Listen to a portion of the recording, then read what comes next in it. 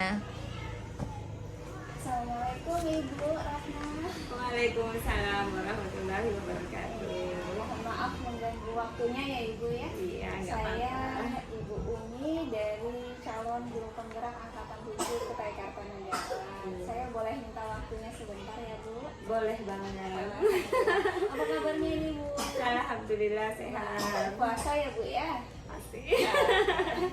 Ibu, ini kami dapat tugas dari calon guru penggerak bagaimana kami bisa menilai ke sekolah pimpinan di sini SD 00 berapa nih Bu? 015 Marangkayu. Iya, 015 Marangkayu, bagaimana kita bisa mengambil pembelajaran dalam mengambil keputusan.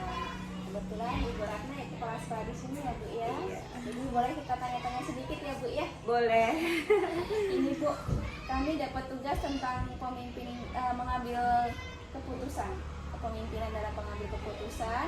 Ini kan Ibu sudah lama jadi kepala sekolah di sini Bu? Iya, alhamdulillah mulai dari tahun 2019.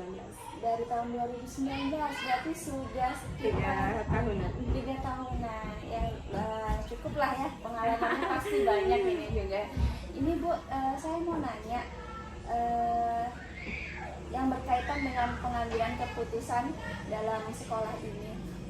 Kira-kira Ibu pernah nggak ya punya pengalaman atau bagaimana Ibu dihadapkan dalam dua hal yang sama-sama baik dan saling bertentangan di sekolah ini? Tentu pasti banyak hal-hal yang kita hadapi, apalagi sekolah kita ini kan banyak apa sih namanya, banyak masuk. Kepemimpinan Ibu ini kasus-kasus yang terjadi di sekolah ini. Ini saya mau menanyakan bagaimana Ibu bisa mengidentifikasi kasus-kasus mana yang merupakan dilema etika atau bujukan moral.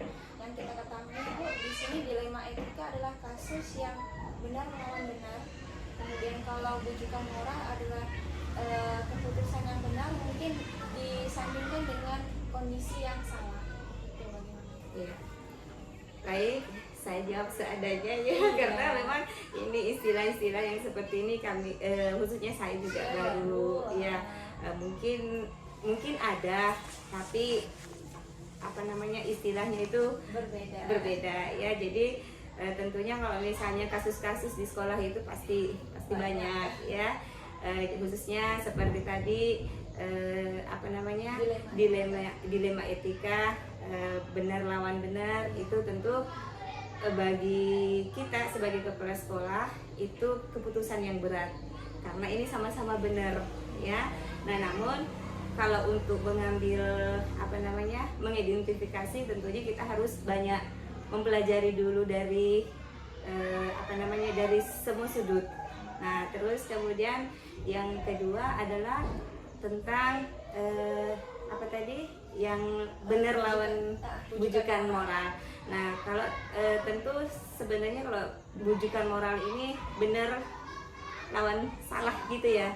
Nah, ini juga sebenarnya berat karena setiap keputusan itu kita harus bijak dalam pengambilannya. Jadi saya sebagai kepala sekolah tentu harus hati-hati dalam pengambilan ini, jangan sampai kedua pihak ini bisa dirugikan.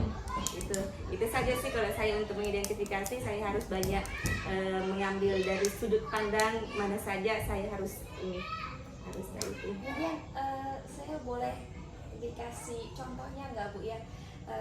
Pernah nggak Ibu dihadapkan dengan dua hal yang sama-sama mungkin saling bertentangan atau sama-sama saling benar? Oh iya, tentu kalau misalnya tadi seperti kasus apa namanya, dilema etika di sekolah kita ini banyak sebenarnya, banyak.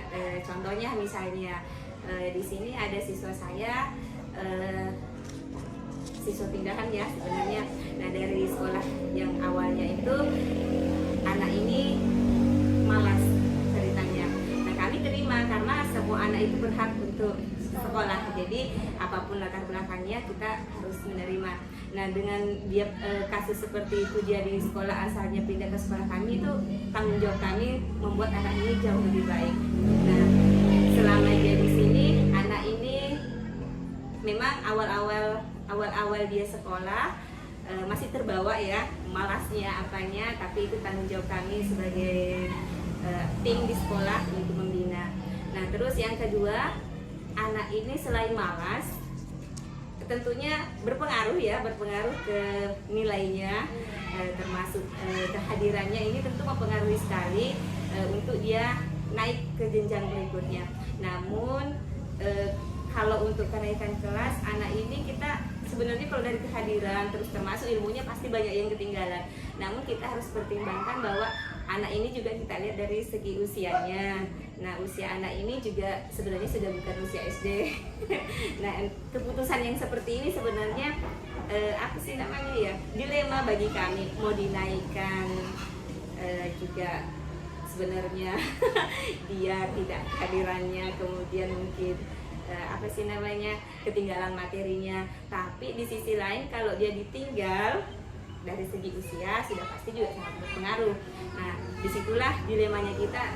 Saya sebagai kepala sekolah ya harus mengambil ini keputusan yang bisa lebih banyak menguntungkan, lebih banyak manfaatnya, itu saja. Jadi pertimbangannya memang Iya. usia anak tersebut. Iya dari segi usia.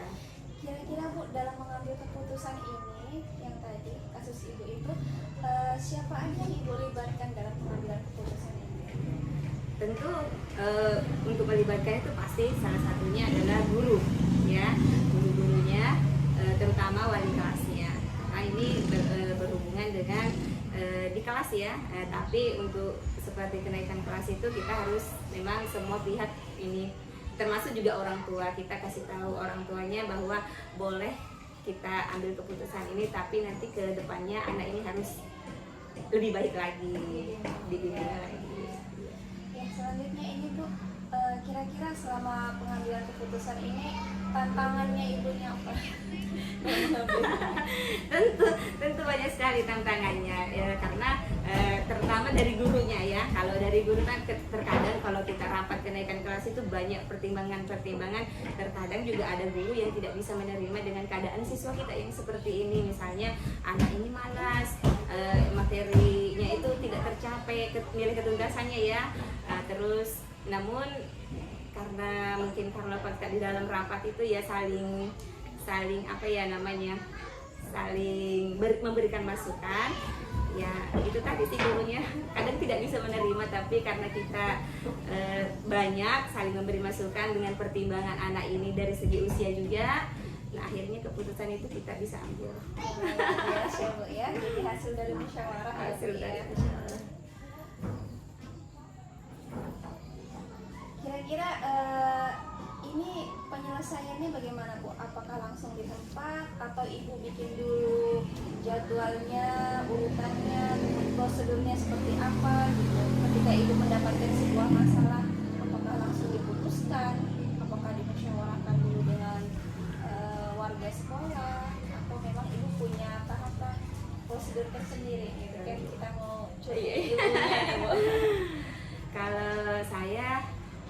Kalau pengambilan keputusan itu saya fleksibel aja sebenarnya. Jadi tergantung tergantung kasusnya juga. Seperti kalau misalnya ini tentang misalnya kasus kenaikan kelas ya. Nah tentu itu ada waktunya ya. Jadi kita misalnya sebelum kenaikan kelas itu, sebelum penerimaan rapot itu kita sudah sebelum keputusan kita ambil itu kita rapat duluan. Nah itu kemudian tentu juga pertimbangan-pertimbangan dari wali kelasnya, semua guru-guru yang ada di kelasnya itu. Jadi kita semua dari sudut pandang itu harus kita terima dulu masukannya, baru keputusan itu bisa kita ambil. Jadi fleksibel aja, nggak ada, kalau saya tidak ada urutan-urutan tertentu yang harus ini. Yang penting koordinasi. Iya, lebih koordinasi. Oke, selanjutnya ini Bu, faktor-faktor apa sih Bu yang selama ini mempermudah Ibu dalam mengambil keputusan tersebut? Yang mempermudah itu tadi komunikasi dengan guru itu lebih terbuka. Ya. Lebih membuka komunikasi. Iya, lebih membuka. Jadi guru juga mudah membuka. Biasanya kan kalau kita ini pemimpin tertutup, biasanya itu guru-guru tuh lebih segan, akhirnya susah membuka sesuatu. Jadi kalau saya intinya dengan tim saya di sekolah itu komunikasi. luar biasa banget Bu pengalamannya. Kasusnya ini simple sih sebenarnya, kami mau menanya bahkan bagaimana Ibu mengambil sebuah keputusan-keputusan, dan sebenarnya di sini juga kami mempelajari ada prinsipnya Bu, ada 3 prinsip dalam mengambil keputusan, kemudian ada paradigma mengambil keputusan, dan prosedur dalam mengambil keputusan itu ada 9 langkah. Ya Bu, ini mungkin pertanyaan terakhir Bu, bagaimana Ibu bisa merefleksikan dari pengalaman-pengalaman kasus yang pernah terjadi di sekolah ini dalam mengambil keputusan, setiap mengambil keputusan? Iya, tentu setiap kali kita habis mengambil keputusan, kita lihat dampaknya ya, apakah keputusan yang sudah kita ambil itu dampaknya lebih baik atau positif. Nah, tentu kita harus terus memantau apa yang sudah kita ambil, dan mudah-mudahan kedepannya kasus-kasus yang seperti ini kalau misalnya ada, ya kita bisa pakai dengan keputusan yang sama seperti itu. Luar biasa sekali Terima kasih. Ibu Ratna, mohon maaf telah mengganggu waktunya. Pengalaman yang luar biasa buat saya dalam kedepannya, insya Allah pengalaman Ibu ini akan kami terutama tadi dalam menguatkan komunikasi di sekolah itu memang luar biasa susah Bu. Bagaimana kita bisa, kadang-kadang kan kita ini ya namanya ibu-ibu udah banyak kerjaan di rumah, kita kerjaan di sekolah, apalagi menjalin komunikasi antar warga sekolah itu susah. Membangun komunikasi. Iya betul. Iya. Itu aja Ibu Ratna, terima kasih atas waktunya ya Bu ya. Iya, Saya izin sama-sama. pamit. Assalamualaikum warahmatullahi wabarakatuh. Waalaikumsalam.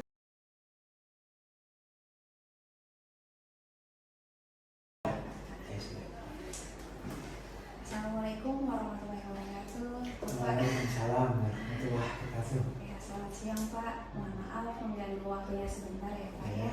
Ini saya dari calon guru penggerak angkatan 7 Ketekatan Negara. Ini ada tugas untuk mewawancarai pimpinan sekolah, dan di sini ada Bapak Marwata sebagai Kepala Sekolah SMA Negeri 2 Marakayu ya Pak ya. Iya.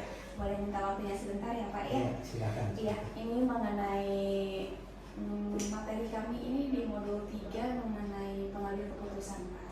Bagaimana kami diajarkan dalam konsep mengambil keputusan. Kita sharing aja ya Pak ya. Iya. Bagaimana pengalaman Bapak? Pasti pengalaman Bapak udah luar biasa di sekolah, udah banyak sekali pengalamannya. Kira-kira udah berapa tahun Pak jadi kepala sekolah Pak? Saya jadi kepala sekolah baru Baru 2 tahun. 2 tahun berjalan ini. Insya Allah lah pengalaman-pengalaman Bapak bisa menjadi pembelajaran buat kami ya Pak ya. Ini Pak, kami mau sedikit tanya mengenai sebuah pengambil keputusan dalam kepemimpinan Bapak selama ini. Mungkin Bapak bisa mengidentifikasi Pak kasus-kasus atau keputusan yang mana yang pernah Bapak alami di sekolah yang merupakan dilema etika atau rujukan moral seperti itu. Iya, baik, terima kasih. Jadi kalau kita melihat persoalan di sekolah itu kan begitu banyak ya. Jadi kalau kita identifikasi kasus per kasus itu sangat kompleks sekali. Ya, kalau kaitannya dengan etika dan moral, apalagi karena pada dasarnya sekolah itu yang dihadapi adalah manusia. Kita melayani manusia. Ya, jadi ada satu ketentuan, ada satu kepentingan.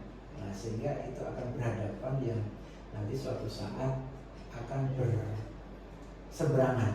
Jadi satu contoh umpamanya kita melihat tingkat kedisiplinan anak atau pegawai kita. Ini kan kalau kita menerapkan pada satu ketentuan, otomatis harus datang jam sekian. Ini kan ketentuan, tetapi secara etika, secara norma kita melihat bahwa guru-guru yang ada di sini itu dengan kapasitas jarak tempuh itu cukup jauh. Nah, itu kan tidak bisa serta-merta kita langsung memvonis harus datang begitu saja.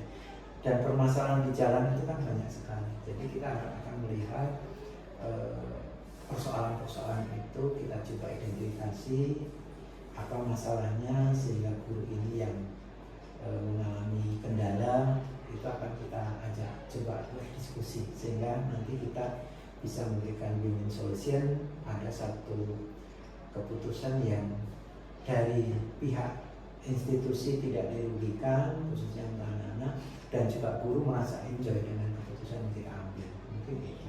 Iya Pak, luar biasa sekali Pak. Ini Pak, selama ini bagaimana Bapak bisa menjalankan untuk mengambil keputusan ini di sekolah Bapak, terutama untuk kasus-kasus yang telah Bapak jabarkan tadi? Ya, dalam mengambil keputusan tentunya saya sebagai seorang pimpinan tidak serta-merta dengan apa mau saya sendiri, tidak, tetapi tentu saya punya banyak rekan kerja di sini, guru-guru yang membantu saya, khususnya maka tentunya pengamatan di lapangan itu kan lebih konkret lagi ketika saya berdiskusi dengan teman-teman maka yang ada, sehingga apa yang saya putuskan nanti menjadi satu keputusan yang betul-betul ideal menurut saya, bahwa ada masukan dari teman-teman semua dan melihat fakta dan data. Tentunya itu yang saya terapkan seperti itu. Jadi saya tidak serta-merta apa yang saya terima langsung saya putuskan mentah-mentah, tidak. Gitu. Jadi harus berdasarkan data, fakta yang ada sehingga konkret ketika kasus yang berkaitan dengan guru kita undang, kita berikan permasalahannya sehingga akan tahu persis apa yang harus dilakukan. Gitu. Dari yang Bapak jabarkan tadi lebih kepada koordinasi kepada sekolah, kepada guru maupun mengumpulkan fakta-fakta ya Pak. Selain itu Pak, langkah atau prosedural apa Pak yang mungkin Bapak lebih tekankan untuk mengambil keputusan tersebut? Ya, jadi saya akan gabungkan ya, sebenarnya kita akan letakkan bahwa ketentuan ini kan kita buat secara bersama. Iya Pak. Nah tentunya harus kita junjung tinggi bagaimana ketentuan itu bisa berjalan efektif. Nah jadi dari dasar itulah kita bisa memutuskan dan tentunya tidak juga menyampingkan permasalahan yang dihadapi oleh si yang mengalami itu. Nah, sehingga ada keputusan yang memang betul-betul ini ya, semuanya imbang antara ini ketentuan bisa dilakukan, tetapi kita yang ada di lapangan itu juga tidak mengalami terlalu keberatan. Keputusan seperti itu, biasanya seperti itu. Jadi nggak langsung pimpinan kalau kasarnya semacam otoriter gitu, tidak. Kita harus utamakan diskusi, kita harus utamakan bagaimana kita jalan komunikasi, koordinasi, karena semua persoalan itu, kasus itu selalu pasti ada solusinya, tidak ada masalah yang tidak bisa diselesaikan. Nah, itu. Iya, luar biasa sekali Pak. Ini kira-kira Pak, faktor-faktor apa yang selama ini mempermudah Bapak dalam mengambil keputusan tersebut? Faktor utama adalah koordinasi. Ya, koordinasi, komunikasi. Kalau komunikasi itu kita bangun dengan baik, ya, koordinasi selalu kita lakukan, itu saya pikir nggak ada masalah. Kenapa? Semuanya akan terbuka. Keputusan itu harus kita buat semacam apa ya? Bisa dikatakan transparan gitu, jelas. Jadi ketika ini ada satu kasus, kita lakukan, semuanya tahu ini permasalahannya semacam ini, kita putusannya seperti ini. Nanti ketika ada kasus yang lain, itu orang sudah akan melihat, oh seperti itu. Jadi ini menjadi proses pembelajaran yang lain gitu. Jadi tidak hanya sebatas kasus satu ini, tapi bagaimana kita memberikan suatu pembelajaran kepada sivitas yang lain, bahwa apabila terjadi kasus ini nanti akan berdampak semacam ini gitu. Jadi semacam itu. Iya Pak, luar biasa. Ini Pak, dari beberapa kasus mungkin yang pengalaman-pengalaman yang telah Bapak dapat dari sekolah ini, kira-kira poin penting dalam mengambil keputusan apa ya Pak yang mungkin bisa kami serap ilmunya ya. Mungkin tadi sudah saya garis benang merahnya adalah bagaimana kita bisa komunikasi ya Pak ya. Komunikasi, kemudian mengumpulkan fakta-fakta tersebut dan melakukan beberapa langkah yang lainnya telah Bapak jabarkan. Nah, poin pentingnya lagi Pak yang bisa saya petik dari pembicaraan ini. Jadi poin pentingnya adalah pimpinan itu harus tegas. Harus tegas ya Pak. Harus tegas. Jadi menghadapi sesuatu dengan pertimbangan yang matang, kita mengambil kebijakan yang tegas. Tegas bukan berarti memaksa tidak, tetapi bagaimana kita meluruskan kasus-kasus yang ada sesuai ketentuan yang berlaku. Kita akan memberikan satu dampak yang sangat bagus terhadap sivitas yang ada di satu sekolah kalau kita tegas. Oke, terima kasih Bapak, luar biasa sekali saya mendapatkan pemahaman tentang pengambil keputusan ini yang memang real dari pengalaman Bapak di sekolah ya Pak ya. Oke Bapak, itu saja wawancara dari kami Pak. Nanti mungkin di sesi berikutnya kita akan sharing lagi masalah tentang pengambil keputusan ini Pak ya. Terima kasih banyak atas waktunya Bapak Maulata. Oke, Sehat sukses selalu. selalu ya. Iya.